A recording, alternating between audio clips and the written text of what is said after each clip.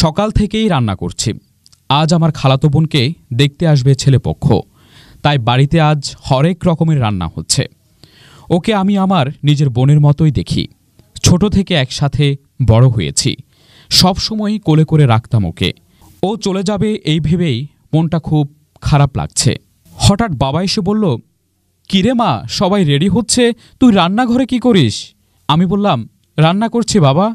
সবাই সাজে ব্যস্ত থাকলে হবে? তুমি যাও, তুমিও রেডি হও।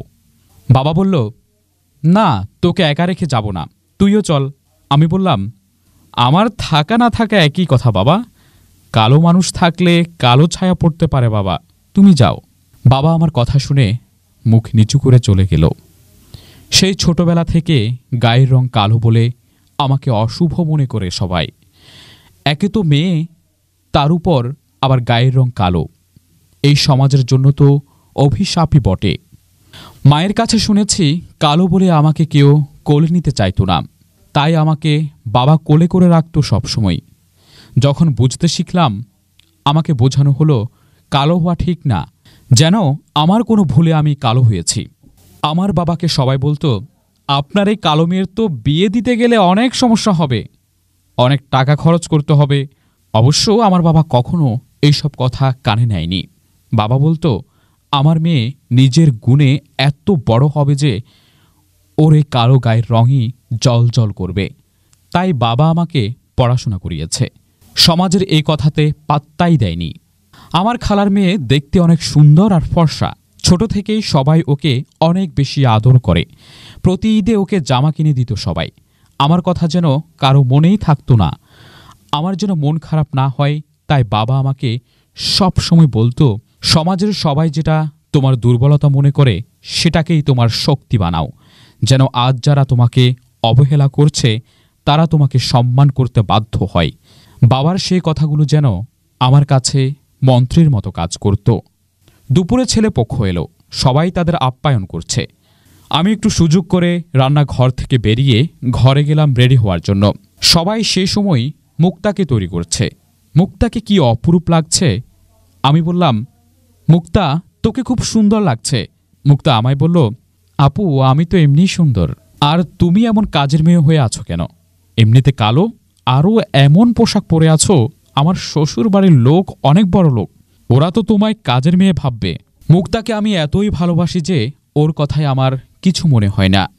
আমি হেসে বললাম, ভাবিস না, আমার জন্য তুই ছোট হবি না। ওরা মুক্তাকে নিয়ে বাইরে গেল। কেন যেন চোখের কোণে পানি এসে জমল। কিছুক্ষণ পর আমার খালা আমাকে ডাকতে এলো। বলল, তুই কি কিছুই বুঝিস না? ঘরের মধ্যে এসে বসে আছিস, ওদেরকে আপ্যায়ন করবে কে? এমনিতে সমস্যা হচ্ছে। আমি জিজ্ঞাসা করলাম, কি সমস্যা? খালা বলল, ওরা 10 লাখ টাকা চায়, এত টাকা তোর খালু কই পাবে? আমি বললাম, এটা তো অন্যায়। খালা বলল, আমরা মেয়ে বাড়ির লোক, আমাদের আর ন্যায় অন্যায়, তুই চা নিয়ে আয়। চা নিয়ে ড্রয়িং রুমে ঢুকতেই মুক্তাকে দেখতে আসা ছেলেটা আমাকে দেখে দাঁড়িয়ে গেল। আমি প্রথমে বুঝতে পারিনি। মুক্তা চমকে গিয়ে বলল, কোনো সমস্যা রাতুল? রাতুল আমার দিকে এগিয়ে এসে সালাম দিয়ে বলল, ম্যাম, আপনি এখানে? আমি বললাম, সরি, আমি তো চিনতে পারলাম না আপনাকে। তখন রাতুল আমাকে বলল, ম্যাম, আমি আপনার কোম্পানিতে রিসেন্ট জয়েন করেছি, HR-এ। সেদিন যে আপনি আমার বিয়ের কথা শুনে স্যালারি বাড়িয়ে দিলেন, আমি সেই ছেলে ম্যাম। আমি বললাম, ও আচ্ছা আচ্ছা, বসো বসো। রাতুল বলল, না ম্যাম, আপনি আগে বসুন। আমি বসলাম। বললাম, মুক্তা তো আমারই বোন, আমার বোন কিন্তু অনেক আদরের। রাতুলের বাবা মার দিকে তাকিয়ে বললাম, হ্যাঁ, শুনছিলাম আপনাদের কিছু দাবি আছে। ওনারা তখন আমতা আমতা করে বলল, আমাদেরই ভুল হয়ে গেছে, ও যখন আপনার বোন, আমাদের আর কি দাবি থাকতে পারে? আমাদের সৌভাগ্য আপনার আত্মীয় হতে পারলে, আমাদের কিছুই চাই না। রাতুলকে বললাম, তোমার দায়িত্বে আমার বোন, দেখো ওর কোনো যেন অসুবিধা না হয়। রাতুল তখন হাত জোর করে বলল, ম্যাম, আমি বুঝতে পেরেছি, আমি কথা দিচ্ছি মুক্তার কোনো সমস্যা হবে না। ওরা খাওয়া দাওয়া করে চলে গেল। সবাই আমার দিকে তাকিয়ে আছে অবাক হয়ে, কেউ কোনো কথা বলছে না। আমার খালা, যে কিনা সারা জীবন আমাকে অভিশাপ ভেবেছে, আমাকে এসে জড়িয়ে ধরল।